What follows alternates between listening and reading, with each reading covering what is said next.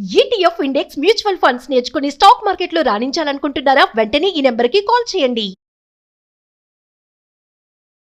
Hello నమస్తే, welcome to Suman TV. ప్రస్తుతం మనతో పాటు స్టూడియోలో రామ్ మెట్టు గారు ఉన్నారు, personality development coach and motivational speaker. వీరితో ఈరోజు కొన్ని విషయాల గురించి మనం చర్చిద్దాం. హలో అండి రామ్ గారు, నమస్తే. నమస్తే అండి. సో రిలేషన్షిప్స్, మ్యారేజెస్ అన్ని మాట్లాడుకుంటూ ఉంటాం. అండ్ మ్యారేజెస్కి వచ్చినప్పుడు కొన్ని marriages will break down, like divorce తీసుకుంటారు, లేదు అంటే ఎక్స్పైర్ అయినప్పుడు ఆపోజిట్ పర్సన్ ఎవరైనా. అలాంటి సిచ్యువేషన్లో మెన్ యూజువలీ అసలు ఏం ఆలోచించకుండా, ఫ్యామిలీ మెంబర్స్ అయినా కానీ, మెన్ అయినా కానీ, పర్సనల్లీ అయినా కానీ, సెకండ్ మ్యారేజ్కి ఇట్ ఈస్ లైక్ రూల్ లాగా, ఇంకా ఎవరు లేరు కాబట్టి నువ్వు చేసేసుకోవాల్సింది అన్నట్టే వెళ్ళిపోతారు.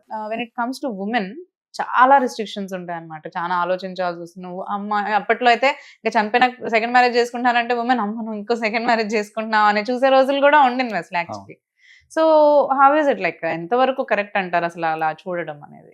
ఎస్, అంటే సెకండ్ మ్యారేజ్ జనరల్ గా మెన్ కంటే కూడా విమెన్ కి కొంచెం ఇంపాక్ట్ఫుల్ ఉంటుంది సెకండ్ మ్యారేజ్ అనేది, for a lot of reasons అండి. మీరు అన్నట్టు మెన్ ఏంటంటే సెకండ్ మ్యారేజ్ చేసుకున్నప్పుడు మోస్ట్ ఆఫెన్, అందరూ అని చెప్పట్లేదు, మోస్ట్ ఆఫెన్ ఏంటంటే అది ఆ ప్రాసెస్ అనేది కొంచెం ఈజీగానే అయిపోతుంది సెకండ్ మ్యారేజ్ అనేది. But when it comes to women, second marriage అనేసరికి ఎన్నో క్వశ్చనింగ్స్ వస్తూ ఉంటాయి, ఎన్నో డౌట్స్ ఉంటాయి. అసలు ముందుకు వెళ్ళాలా వద్దా, వెళ్తే ఏంటి, వెళ్ళకపోతే ఏంటి, ఇలాంటి అన్ని వెళ్తే ప్రాబ్లమ్స్ కొన్ని ఉంటాయి, వెళ్ళకపోతే కొన్ని ప్రాబ్లమ్స్ ఉంటాయి. ఇప్పుడు ఏం చేయాలి అనే ఆలోచనలో ఎక్కువ మంది ఉంటారు. సో మేబీ వాళ్ళకి ఇది చాలా హెల్ప్ఫుల్ ఉంటుంది. సో అసలు first of all second marriage చేసుకునేటప్పుడు ఒక విమెన్ కి మేజర్ ప్రాబ్లం ఎక్కడి నుంచి వస్తుందంటే సొసైటీ నుంచి వచ్చే ఒక బ్యాక్లాష్. సో జనరల్ గా ఏంటంటే సెకండ్ మ్యారేజ్ చేసుకుంటుంది అని అంటే కొంచెం క్యారెక్టర్ మీద మాటలు వస్తూ ఉంటాయి అన్నమాట. ఏంటి రెండో మ్యారేజ్ చేసుకుంటుందా, మొదటోని చేసింది సాల్క మళ్ళీ రెండో ఇట్లాంటి అన్ని మాటలన్నీ వస్తూ ఉంటాయి జనరల్ గా. సో సొసైటీ నుంచి వచ్చే ఈ సూటిపుటి మాటలు ఏవైతే ఉంటాయి చూడండి, లైక్ అవిటిని కొంచెం తీసుకోవడం అనేది కష్టంగా ఉంటుంది. That is one thing.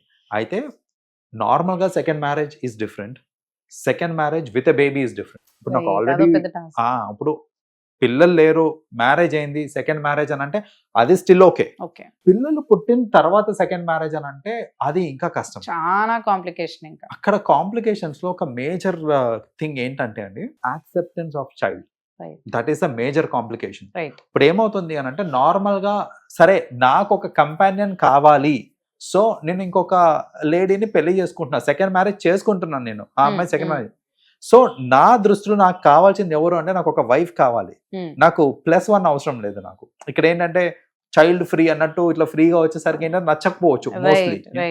So అక్కడ కొందరు కాంప్రమైజ్ అయ్యి సరే నీకు బాబో పాపో ఉన్నా పర్వాలేదు నేను పెళ్లి చేసుకుంటా అని పెళ్లి చేసుకున్నప్పటికీ కూడా చాలా తక్కువ మంది ఓనర్షిప్ తీసుకుంటారండి కిడ్స్. వాళ్ళు ఏంటంటే ఓకే నా బిడ్డ అనే ఓనర్షిప్, నా వైఫ్ అనే ఓనర్షిప్ తీసుకుంటున్నారే కానీ నా బిడ్డ అనే ఓనర్షిప్ రాదు. అక్కడ ప్రాబ్లమ్స్ వస్తాయి. ఏంటంటే వాళ్ళని సరిగ్గా చూడక, ఆల్రెడీ వీళ్ళకి ఇంకా వేరే పిల్లలు ఉన్నారనుకోండి, అంటే ఫస్ట్ మ్యారేజ్ నుంచి ఇప్పుడు హస్బెండ్ కి పిల్లలు ఉన్నారనుకోండి, ఇంకా కాంప్లికేటెడ్ ఆ భేదభావాలు చూపిస్తా ఉంటారు అనమాట. ఫెసిలిటీస్ వైజ్ కానివ్వండి, ప్రేమ చూపించే దగ్గర కానివ్వండి, ఎక్కడన్నా సరే ఆ డిఫరెన్షియేషన్ కనిపించేస్తూ ఉంటది. ఆ డిఫరెన్సెస్ కనిపించిన దగ్గర నుంచి మళ్ళీ గొడవలు స్టార్ట్. రైట్. సో మీరు ప్రశాంతంగా ఉందాం అనుకొని చేసుకునే రెండో మ్యారేజ్ వల్ల మళ్ళా మీకు గొడవలు స్టార్ట్ అవుతున్నాయి ఫర్ దీస్ రీజన్స్. కొన్నిసార్లు అలాంటి వాళ్ళకి ఏంటంటే పిల్లలు ఉన్నప్పుడు ఏంటంటే అసలు పెళ్లి సంబంధం కుదరడమే చాలా రేర్. రైట్. కుదిరినా కూడా ఇలాంటి ప్రాబ్లమ్స్ వస్తూ ఉంటాయి అనమాట. సో అది రెండో ప్రాబ్లమ్.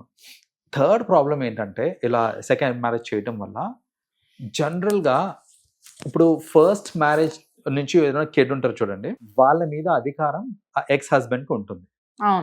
సో ఎక్స్ హస్బెండ్ కలవచ్చు, మాట్లాడచ్చు, మీట్ అవ్వచ్చు, ఇవన్నీ కొనియాలంటే కొనియచ్చు. సో ఎక్స్ హస్బెండ్ కూడా వచ్చి చూసుకుంటున్నాడు, కరెంట్ హస్బెండ్ కూడా చూసుకుంటున్నారు.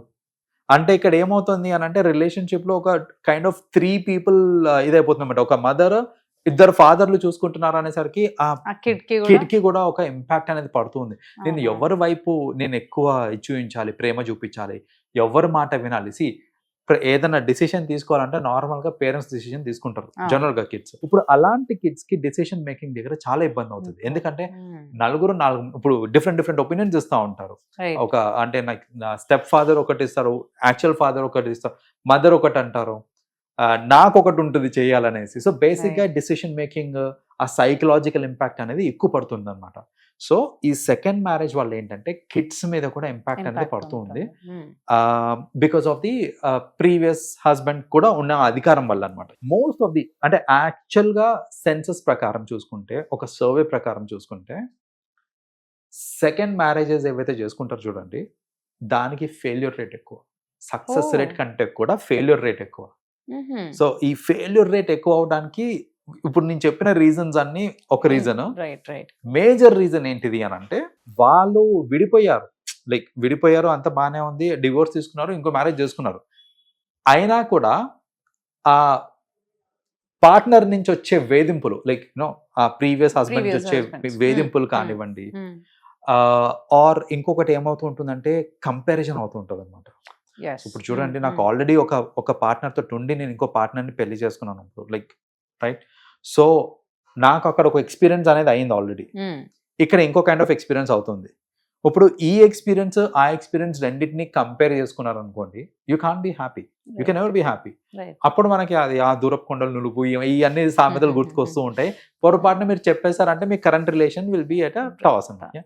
అండ్ డెఫినెట్లీ జనరల్ గా ఏమవుతుంది అని అంటే, ఒక పార్ట్నర్ కి అంటే అట్లీస్ట్ సెకండ్ మ్యారేజ్ వచ్చినప్పుడు ఏంటంటే ఆ కాంపాటబిలిటీ అనేది కూడా అంతగా ఉండదన్నమాట.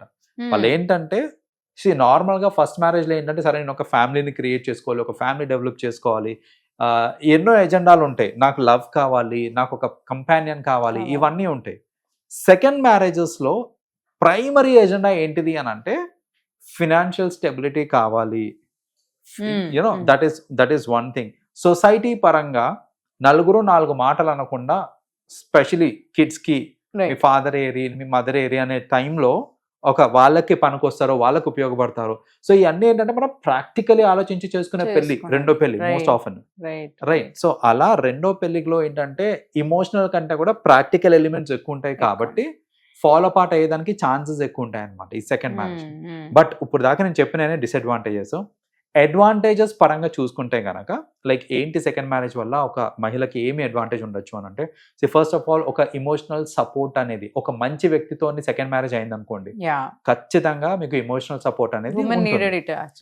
సో మీరు ఒంటరిగా ఉండే కంటే కూడా ఒక మంచి అండర్స్టాండింగ్ పర్సన్ మీకు ఉన్నారు అని అంటే, వాళ్ళని పెళ్లి చేసుకుంటే దో ఇట్స్ సెకండ్ మ్యారేజ్, మంచి ఇమోషనల్ సపోర్ట్ ఉంటుంది, ఫిజికల్ సపోర్ట్ ఉంటుంది, సొసైటల్ సపోర్ట్ ఉంటుంది.